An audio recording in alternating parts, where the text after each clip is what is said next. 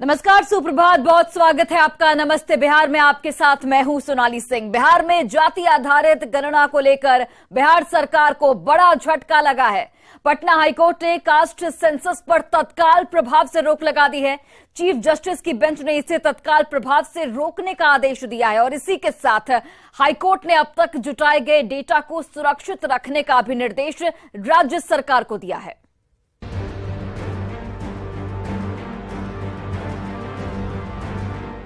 जातीय गणना पर पटना हाईकोर्ट से बिहार सरकार को बड़ा झटका लगा है। उच्च न्यायालय ने कास्ट सर्वे पर तत्काल प्रभाव से रोक लगा दी है। कोर्ट ने जातीय गणना पर अब तक जुटाए सभी आंकड़ों को सुरक्षित रखने का भी आदेश दिया है। अपने आदेश में कोर्ट ने कहा कि डेटा लीक ना हो, इसका पूरा ख्याल रखा जाए। मामले की अगली सुनवाई 3 जुलाई को होगी। हाईकोर्ट ने याचिकाकर्ता की दलील पर सहमति जताते हुए राज्य सरकार पर तल्ख टिप्पणी की। हाईकोर्ट ने कहा, सर्वे के नाम पर सरकार सेंसस कर रही है। केंद्र के अधिकारों में राज्य सरकार दखल दे रही है। बच्चे की जाति पिता की जाति से तय हो रही है, मां से बच्चे की जाति तय नहीं हो रही, जो कि सुप्रीम कोर्ट के निर्देश के खिलाफ है। बिहार सरकार बगैर कोई स्टैट्यूट बनाए हुए, रूल बनाए हुए, रेगुलेशन बनाए हुए जो कर रही है वो असंवैधानिक था और इस बातों को प्राइमा फेसी ऑनरेबल हाईकोर्ट ने महसूस किया। तभी ऑनरेबल हाईकोर्ट ने आदेश पारित किया कि जो कास्ट सर्वे का प्रोसीडिंग है उसको रोक लगाई। कास्ट सर्वे से जुड़ी जिस याचिका की दलील पर आंतरिक रोक हाईकोर्ट ने लगाई, उसमें कहा गया है कि राज्य सरकार को जाति गणना कराने का संवैधानिक अधिकार नहीं है। कास्ट सर्वे पर खर्च हो रहे 500 करोड़ रुपए टैक्स के पैसों की बर्बादी है। सरकार के पास सभी डेटा मौजूद है। स्कूली बच्चों की जाति और धर्म पता है। एपीएल बीपीएल की लिस्ट भी सरकार के पास मौजूद है। इन्हीं दलीलों पर हाईकोर्ट ने सहमति जताते हुए कास्ट सर्वे पर अंतरिम रोक लगाने का फैसला किया। हाईकोर्ट का फैसला सरकार के लिए बड़े झटके के तौर पर देखा जा रहा है। अब सभी की निगाहें 3 जुलाई को होने वाली अगली सुनवाई पर टिकी है। न्यूज़ 18 के लिए पटना से अमित कुमार के साथ ब्यूरो रिपोर्ट। तो बिल्कुल, जाति आधारित गणना पर हाईकोर्ट की रोक के बाद बिहार में सियासी बयानबाजी का दौर शुरू हो चुका है। बीजेपी ने सरकार पर बड़ा हमला बोला है। रिपोर्ट देखिए।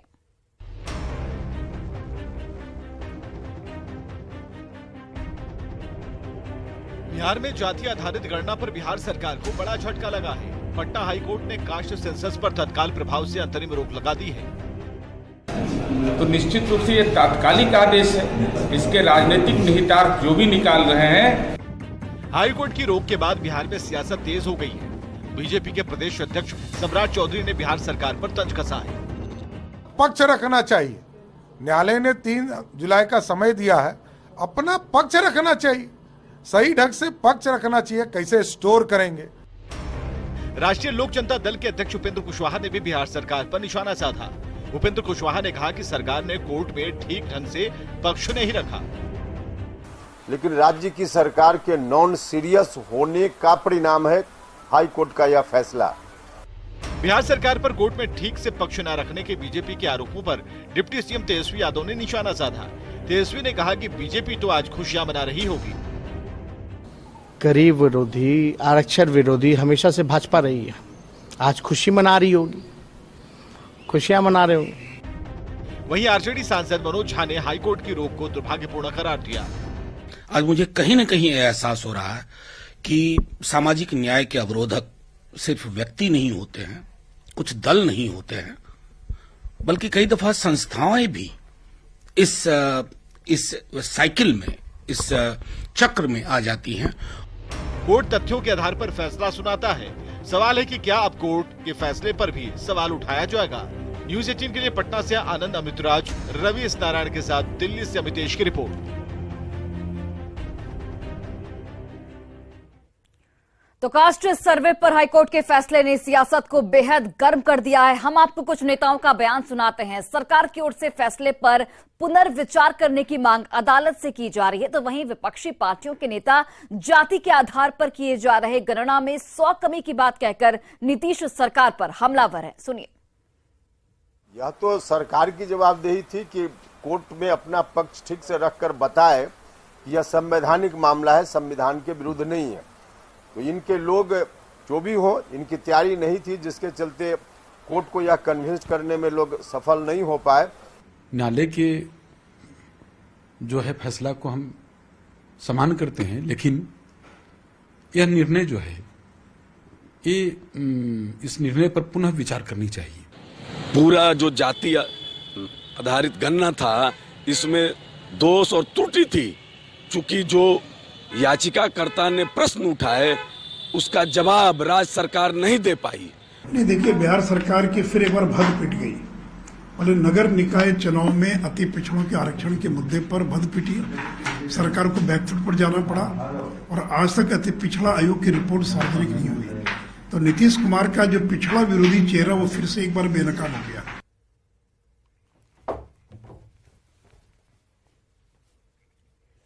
तो बीजेपी ने कास्ट सर्वे का खुलकर विरोध कभी नहीं किया, लेकिन नीतीश कुमार लगातार जातीय गणना की मांग पर अड़े रहे। अब हाईकोर्ट का फैसला आने के बाद बीजेपी के नेता एक सुर में नीतीश सरकार के खिलाफ जुबानी हमले कर रहे हैं। सुनिए। लेकिन लगता है कि महागठबंधन सरकार जातीय गणना कराने के लिए गंभीर नहीं है और इसलिए माननीय उच्च न्यायालय के सामने सरकार के पक्ष को इन्होंने ठीक से नहीं रख पाया, जिससे माननीय उच्च न्यायालय को इस तरह का स्थगन आदेश देना पड़ा। शुरू से नीयत में खोट था, इस पर डिबेट होनी चाहिए थी, बहस होनी चाहिए थी, पब्लिक फील्ड में जाने देते, पब्लिक का ओपिनियन लेते और तब जाकर के नीति निर्धारित करते तो सफल होता। आपका नीयत में खोट है मुख्यमंत्री जी। दलित से लेकर के पिछड़े समाज तक जो नए परिवारों को सरकारी नौकरी देने का काम किए हैं, इसकी गणना पहले करने की जरूरत है। बिहार को जातीय विद्वेष में ठेलना चाह रहे थे, जिसकी कोई संवैधानिक वैधता नहीं है, जो जब तक केंद्र द्वारा अनुमोदित ना हो, लेकिन अपनी राजनीतिक रोटी चमकाने के लिए, बिहार में जातीय प्रतिस्पर्धा बढ़ाने के लिए, ताकि हिंदू एकता न हो सके। कुल विपक्षी एकता की मुहिम को आगे बढ़ाने के लिए मुख्यमंत्री नीतीश कुमार ने अब एनसीपी नेता शरद पवार और उद्धव ठाकरे को पटना आने का न्योता दिया है। नीतीश कुमार ने दोनों नेताओं को संदेश भेजा है, जिस पर शरद और उद्धव ने भी सकारात्मक रुख दिखाया है। अब ऐसे में उम्मीद है कि कर्नाटक चुनाव के बाद पटना में बीजेपी विरोधी दलों की बड़ी बैठक हो सकती है। बिहार विधान परिषद के सभापति ने शरद पवार और उद्धव से मिलकर नीतीश कुमार का संदेश दिया है। मैं तो एक बात कहूंगी, पवार साहब ने हामी भरी है, क्योंकि पवार साहब हमेशा विपक्ष का ही नहीं, इस देश का सबसे बड़ा चेहरा है और पवार साहब ना हामी भरे ऐसा कोई सवाल ही पैदा नहीं होता। And I am very thankful कि वो इस समय पे उन्होंने जो ये रिएक्शन दिया है और वो आने की हामी भरी है। हम लोग बहुत खुश हैं और हम लोग चाहते हैं पवार साहब ऐसे ही पूरे विपक्ष को इकट्ठा करते रहें।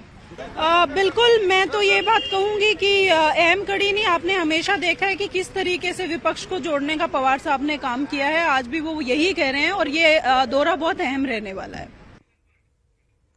और वहीं देखिए, मशहूर उद्योगपति ओपी शाह की दूसरी पुण्यतिथि के मौके पर सीएम नीतीश कुमार ने भी उन्हें श्रद्धांजलि सुमन अर्पित किया। पटना सिटी के मालसला में स्थित बिहारी जी मिल में आयोजित श्रद्धांजलि सभा में नीतीश कुमार ने उन्हें नमन किया। इस मौके पर सीएम ने पटना सिटी के 15 वार्डों में लगने वाले वाटर कूलर का भी वितरण किया। पटना सिटी के सभी 15 वार्डों में ओपी शाह की स्मृति वाटर कूलर लगाए जा रहे हैं।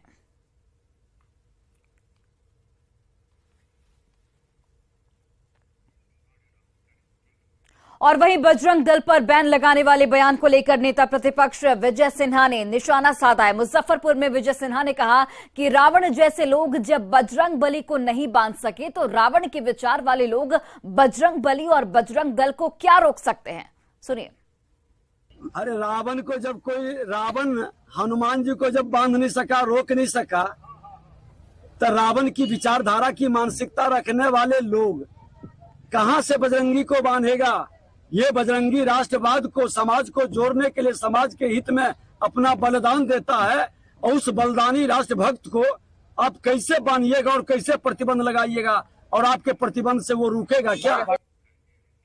और वहीं बागेश्वर धाम वाले बाबा पंडित धीरेन्द्र शास्त्री को लेकर बिहार में सियासत गरमाई हुई है। इसी बीच बागेश्वर धाम वाले बाबा के स्वागत में मुजफ्फरपुर के हजारों युवा पटना जाएंगे। मुजफ्फरपुर के हजारों युवा बाबा के स्वागत में पटना जाने की तैयारी कर रहे हैं। मुजफ्फरपुर के युवाओं ने बताया कि वो करीब 2000 की संख्या में पटना पहुंचेंगे और उनका प्रवचन सुनेंगे और बाबा का स्वागत भी करेंगे। साथ ही जो भी प्रवचन में वो बोलेंगे उससे अपनी जिंदगी में धारण करने की कोशिश करेंगे। मुजफ्फरपुर के युवाओं ने बाबा का विरोध कर रहे नेताओं को जमकर खरी खोटी सुनाई। युवाओं से बात की हमारे सहयोगी प्रियांक सौरभ ने। बागेश्वर धाम वाले पंडित धीरेन्द्र शास्त्री बिहार आने वाले हैं, लेकिन बिहार आने से पहले लगातार सियासत उनके नाम पर गरमाई हुई है। तेज प्रताप यादव ने तो सीधे तौर पे कह दिया है कि वह एयरपोर्ट पर जाकर भी उनका विरोध करेंगे, लेकिन अब मुजफ्फरपुर में भी लोग विरोध करने वालों के खिलाफ आ गए हैं और बाबा बागेश्वर धाम के जो पंडित धीरेन्द्र शास्त्री हैं उनके स्वागत में पटना जाने की तैयारी कर रहे हैं। हमारे साथ मुजफ्फरपुर के युवा हैं और ये तमाम लोग बागेश्वर धाम वाले बाबा जो आ रहे हैं उनके विरोध में लगातार तमाम पार्टियां बोल रही है। क्या कुछ कहेंगे आप लोग, क्या कुछ कहने वाले? किसी भी पार्टी के विरोध करने से कोई फर्क नहीं पड़ने वाला है। इससे पहले भी बहुत बाबा आए हैं बिहार के धरती पे और कथा किए हैं और गए हैं। इस तरह का सिर्फ राजनीति प्रोपेगेंडा बनाने के लिए वो लोग गलत सूचना दे रहे हैं लोग को कि उनके आने से ये होगा वो होगा, ऐसा कुछ नहीं होने वाला।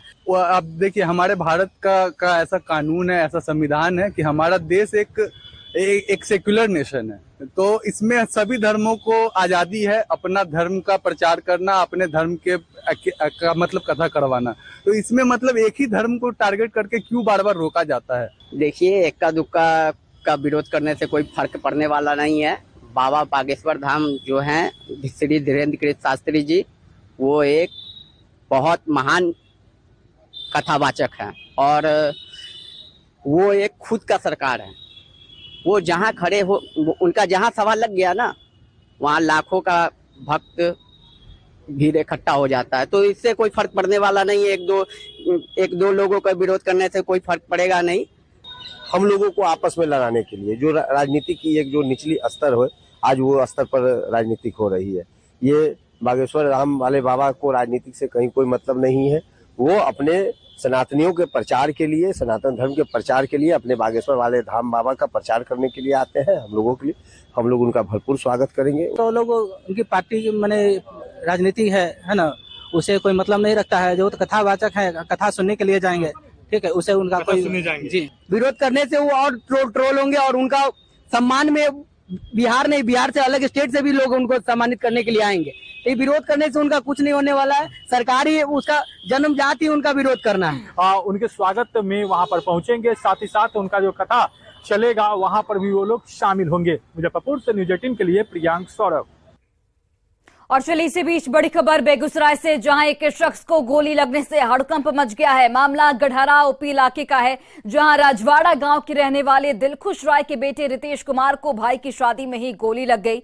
बताया जा रहा है कि शादी समारोह में गोलियां चल रही थी, ताबड़तोड़ फायरिंग भी यहां पर की जा रही थी और इसी दौरान रितेश को गोली लग गई, जिससे शादी में अफरा तफरी मच गई। जानकारी ये भी मिल रही है कि फिलहाल रितेश को शहर के एक निजी अस्पताल में भर्ती कराया गया है, जहां उसका इलाज जारी है। फिलहाल पुलिस इस मामले की छानबीन में जुटी हुई है।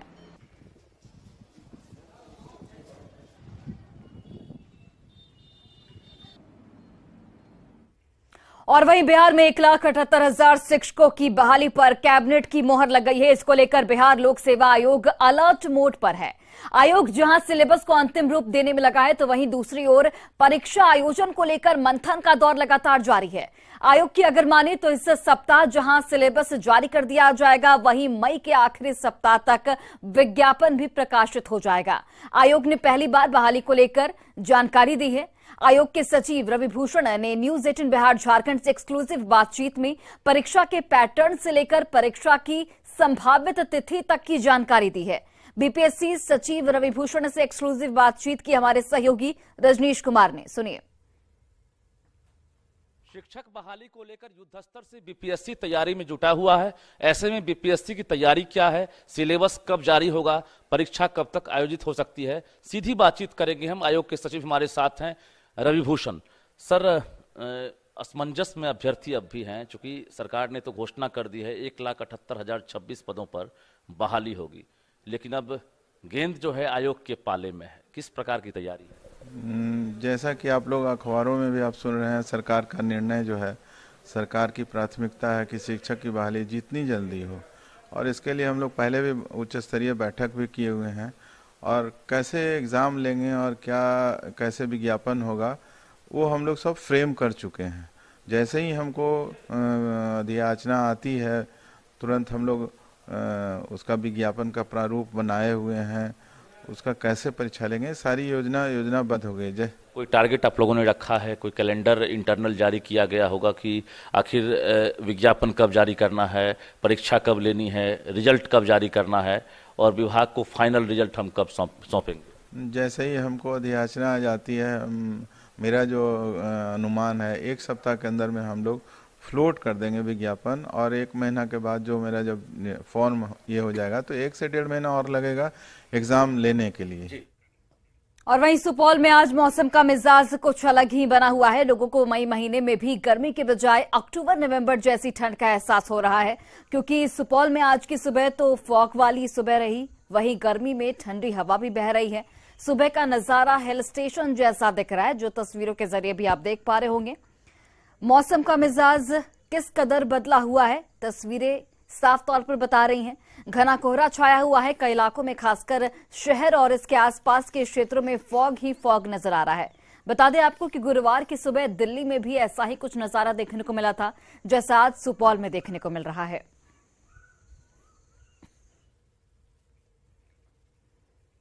और खबर पटना एम्स से है, जहां कोरोना पॉजिटिव एक महिला मरीज की मौत हो गई है। मौत इलाज के दौरान हुई है। मृतक महिला चंपारण की रहने वाली बताई जा रही है।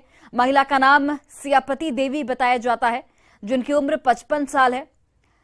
पटना एम्स के कोविड के नोडल पदाधिकारी डॉक्टर संजीव कुमार ने इस मामले में जानकारी देते हुए कहा कि 4 मई को सुबह 5:45 पर कोविड मरीज सियापति देवी को पटना एम्स में इलाज के लिए भर्ती कराया गया था। इलाज के क्रम में ही उनकी मौत हो गई। ये भी जानकारी सामने आ रही है कि पटना एम्स में एक नए मरीज को भी एडमिट कराया गया है, जबकि 3 मरीज ठीक होकर डिस्चार्ज हो चुके हैं। फिलहाल पटना एम्स में 10 मरीज एडमिट हैं, जिनका इलाज जारी है।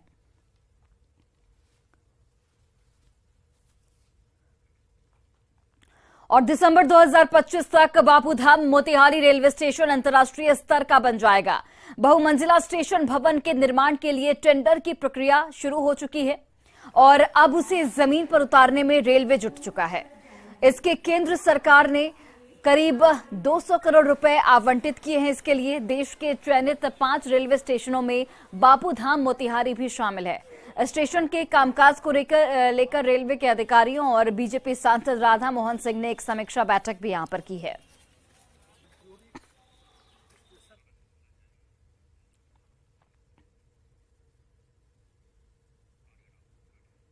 और चलिए एक छोटे से ब्रेक के लिए रुकते हैं। खबरों का सिलसिला लगातार जारी है।